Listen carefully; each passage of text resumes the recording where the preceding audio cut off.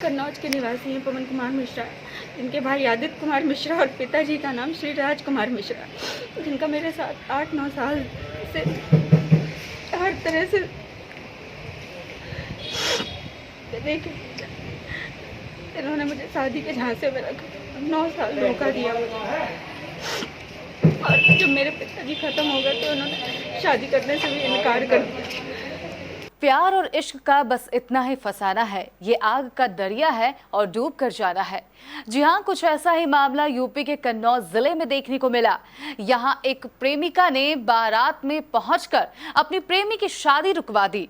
दरअसल कानपुर की रहने वाली युवती का प्रेम प्रसंग पिछले 9 वर्षों से सदर कोतवाली क्षेत्र कृष्ण नगर के रहने वाले पवन मिश्रा से चल रहा था।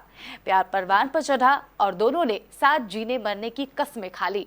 प्रेमी पवन मिश्रा ने अपनी प्रेमिका से शादी का वादा भी किया। इन 9 सालों में उसने अपनी प्रेमिका के साथ कई बार शारीरिक संबंध भी बनाए।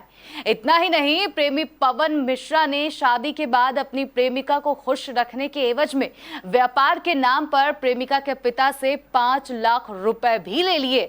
इतना सब होने के बावजूद भी प्रेमी किसी और लड़की से शादी करने के लिए राजी हो गया। लेकिन जब अपने प्रेमी की शादी की जानकारी युवती को मिली तो वो बौखला गई और अपनी शिकायत लेकर पहुंच गई थाने। यहां उसने पुलिस को अपनी पूरी कहानी बताई, जिसके बाद पुलिस और प्रेमिका मौके पर पहुंचे और शादी के मंडप पर बैठे दूल्हे को उठा लिया।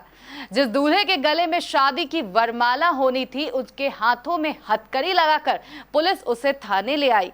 वहीं पुलिस ने पीड़िता की तहरीर के आधार पर प्रेमी पवन मिश्रा के खिलाफ मामला दर्ज कर लिया है और प्रेमी जेल की हवा खा रहा है। आज अचानक कन्नौज में आना कैसे हुआ आपका? मतलब क्या था? इनकी शादी के बारे में पता चला, मुझे अभी तक इनकी शादी का पता ही नहीं था। क्या जानकारी मिली? परिवार की बदनामी से भी डरती थी कि परिवार की बदनामी होगी, इसलिए इतना बड़ा फैसला नहीं लिया। आपको आज किस तरह की जानकारी मिली पवन के बारे में? मुझे कुछ लोगों के, यहीं के लोगों से पता चला कि इनकी शादी है और चुपचाप शादी कर रहे हैं, किसी को बताया भी नहीं। यहाँ तक कि इन्होंने लॉकडाउन का फ़ायदा उठाया कि जिससे किसी को पता ना चले इनकी शादी में कोई ऐसी, और ये सोचते थे कि हम लाचार हैं, मेरे पापा ख़त्म हो गए, हम कुछ कर नहीं पाएंगे। उसी चीज़ का इन्होंने फ़ायदा उठाया। तो जैसे आप अभी पैसे की बात कर रही थी, पैसे का क्या है मामला? वो हमेशा आते जाते थे, घर फैमिली की तरह थे, कोई पैसे का इंटेंशन नहीं था।